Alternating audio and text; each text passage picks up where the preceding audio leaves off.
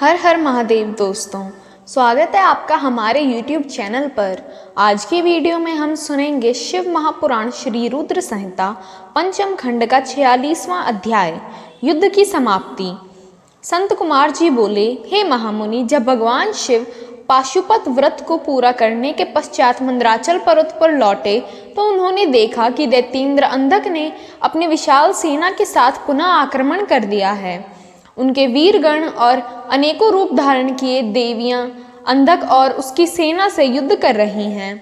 यह देखकर भगवान शिव को बहुत क्रोध आया कि मेरी अनुपस्थिति में इस दुष्ट दैत्य ने मेरी पत्नी को परेशान किया है। क्रोधित देवादिदेव महादेव जी अंधक से युद्ध करने लगे, परंतु दैत्येंद्र बहुत चालाक था। उसने गिल नामक दैत्य को आगे कर दिया। स्वयं उसने दैत्य सेना सहित गुफा के आसपास के वृक्षों को और लताओं को तोड़ दिया। तत्पश्चात उस दैत्य अंधक ने एक एक करके सबको निगलना शुरू कर दिया। अंधक ने नंदीश्वर सहित ब्रह्मा, विष्णु, इंद्र, सूर्य और चंद्रमा व समस्त देवताओं को निगल लिया। यह देखकर भगवान शिव को बहुत क्रोध आया। उन्होंने अंधक पर अपने तीक्ष्ण बाणों का प्रहार करना शुरू कर दिया, जिसके फलस्वरूप दैत्यराज ने विष्णु सहित ब्रह्मा, सूर्य, चंद्रमा और अन्य देवताओं को वापस उगल दिया। उधर शिवगणों ने देखा कि दैत्य गुरु युद्ध में मारे गए राक्षसों को अपनी संजीवनी विद्या से पुनः जीवित कर रहे हैं। इसी कारण दैत्यों का मनोबल कम नहीं हो रहा है। तब शिवगणों ने चतुराई का परिचय देते हुए दैत्य गुरु शुक्राचार्य को बंधक बना लिया और उन्हें भगवान शिव के पास ले आए। जब शिवगणों ने यह बात भगवान शिव को बताई तो क्रोधित शिवजी ने शुक्राचार्य को निगल लिया। शुक्राचार्य के वहां से गायब हो जाने पर दैत्यों का मनोबल गिर गया और वे भयभीत हो गए। यह देखकर देवसेना ने उन दैत्यों को मार मार कर व्याकुल कर दिया।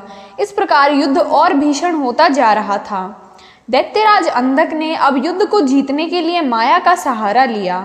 भगवान शिव और अंधक के बीच सीधा युद्ध शुरू हो गया। भगवान शिव अपने प्रिय त्रिशूल से लड़ रहे थे।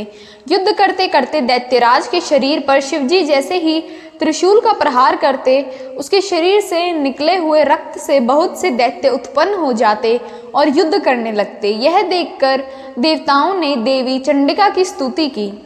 तब चंडिका तुरंत युद्ध भूमि में प्रकट हो गई और उन्होंने भगवान शिव को प्रणाम किया।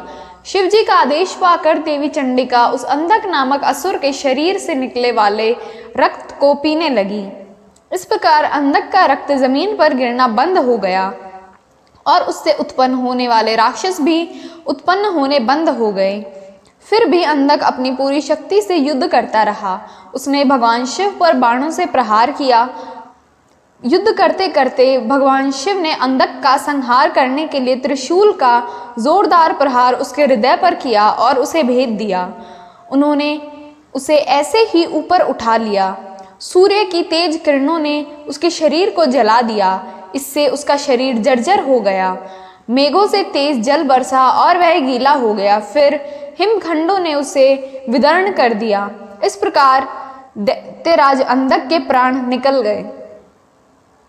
अपनी ऐसी अवस्था देखकर अंधक को बहुत दुख हुआ। वह हाथ जोड़कर देवादिदेव भगवान शिव की स्तुति करने लगा। भगवान शिव को भक्त वत्सल हैं और सदा ही अपने भक्तों के अधीन रहते हैं। तब भला वे अंधक से कैसे प्रसन्न न होते। उन्होंने अंधक को क्षमा करके अपना गण बना लिया। युद्ध समाप्त हो गया। सब देवता हर्षित होकर भगवान शिव की स्तुति करने लगे। भगवान शिव देवी पार्वती को साथ लेकर अपने गणों सहित कैलाश पर्वत पर चले गए। सभी देवता अपने अपने लोकों को वापस लौट गए। ओम नमः शिवाय।